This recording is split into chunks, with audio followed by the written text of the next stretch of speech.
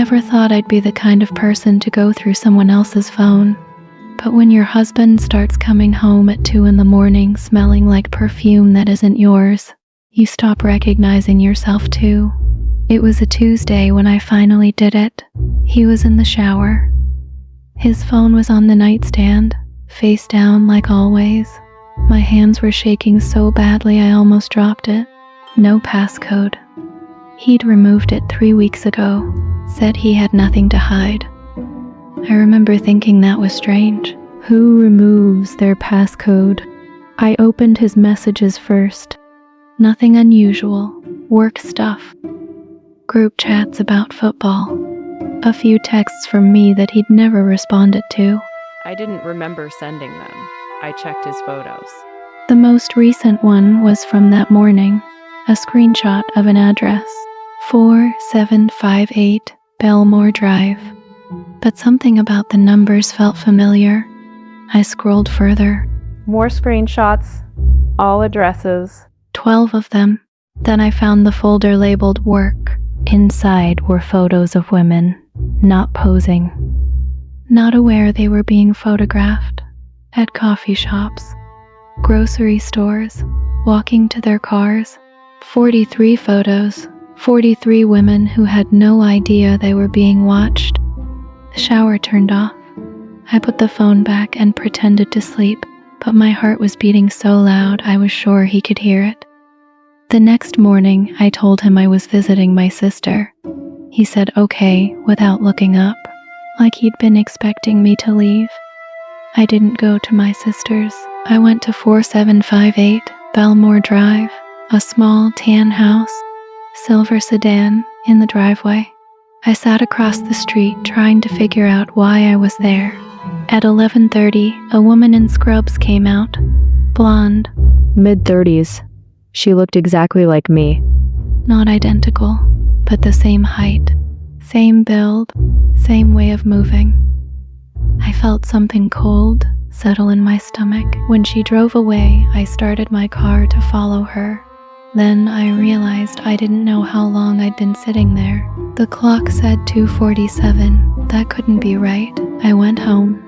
That night, I checked his phone again while he watched TV. The folder had new photos.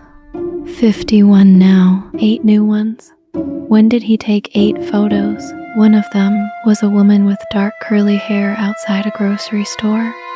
She was wearing the same jacket I owned. I went upstairs and checked my closet. The jacket was gone. I started following him. Twice that week, he didn't go where he said he was going. The first time, he sat outside a gym for 40 minutes, just watching. The second time, he followed a white SUV for 6 miles. I was 3 cars behind him. He never saw me. Or maybe he did and didn't care. When I got home that night, there were muddy footprints in the hallway. My shoes were by the door, covered in mud. I didn't remember going outside. I checked his phone again. There was a notes app I hadn't seen before. Just a list of names and dates. Jennifer Hollis, March 14th. Stephanie Ruiz, April 2nd. Caitlin Brewer, April 29th. 12 names total. My hands went numb. I googled Jennifer Hollis, missing since March 16th. Stephanie Ruiz, missing since April 4th. Caitlin Brewer, missing since May 1st. Every single name. Missing within 48 hours of the date written next to it. I couldn't breathe. I ran to the bathroom and locked the door, sat on the floor with his phone, trying not to scream. My husband was boring, predictable, but I kept thinking about the perfume, how I'd never actually smelled it up close, how I'd just assumed. I didn't sleep that night. I couldn't stop looking at the names, thinking how easy it would be, how simple. My throat closed. The detective asked again. I couldn't answer. The male detective came back. He said my husband was coming home. I felt relief. Then terror. I didn't know which one was real, 20 minutes later, his car pulled up. He walked in and saw me. His face went completely white. He whispered my name like I was a ghost. Then he started crying, ran to me, grabbed my hands, kept saying, "Where were you? Where were you?" The detectives made him step back. He told them he'd been looking everywhere. Calling hospitals, driving around all night. He begged me to tell him where I'd been. I wanted to, but I didn't know. The woman detective showed him the phone, the folder, the photos. He looked confused. He said he'd never seen it before. He pulled out his phone, black case, crack in the corner. The phone in the detective's hand had the same case, same crack, but on the opposite side, like a mirror image. She asked me where I got it. I said his nightstand, Tuesday morning, while he was in the shower. But was it his nightstand? Was it our house? I tried to picture it. The bedroom looked right, but the walls were the wrong color. Weren't they? The detective asked to check my car. I nodded. They all went outside. I stayed on the couch. The house was so quiet, I could hear my heartbeat. I looked around the living room. Everything was familiar, but it felt staged. I walked to the kitchen, dishes piled in the sink, 4 days worth.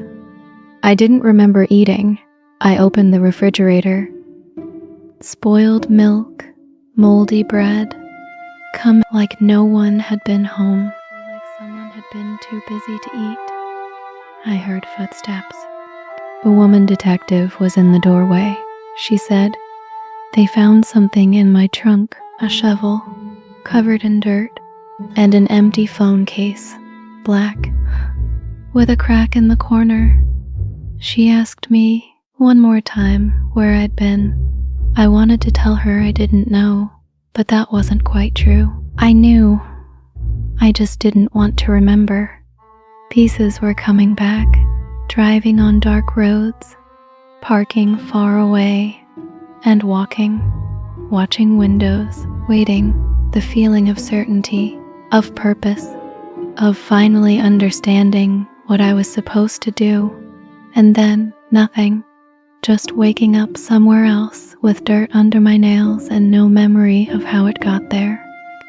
The detective was waiting. I looked at my hands again. The dirt was dark, wet, fresh.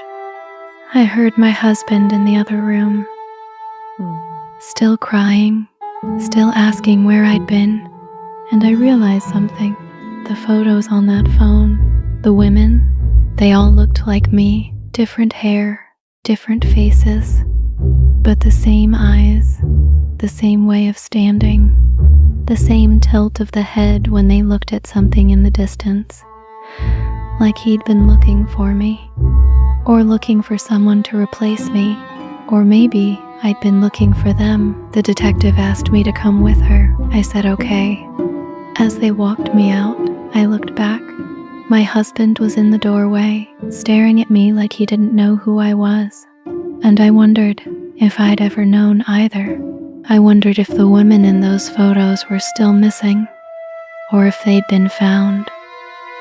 I wondered whose dirt was under my fingernails, and I wondered if part of me already knew the answer, if part of me had known all along. The detective opened the car door. I got in, and as we pulled away, I caught my reflection in the window. I was smiling. I don't know when I started. At some point, I realized I was whispering them out loud, like a prayer or a confession. The next morning, he kissed my forehead before leaving. His lips felt cold, or maybe mine were. I called the police after his car disappeared down the street. I told them everything. The photos, the list, the missing women. They said they'd send someone. 2 detectives came that afternoon. I showed them everything on his phone. I was shaking so hard I could barely hold it. The woman detective looked at her partner, not the way I expected. She asked me to sit down. I sat. The couch felt unfamiliar beneath me.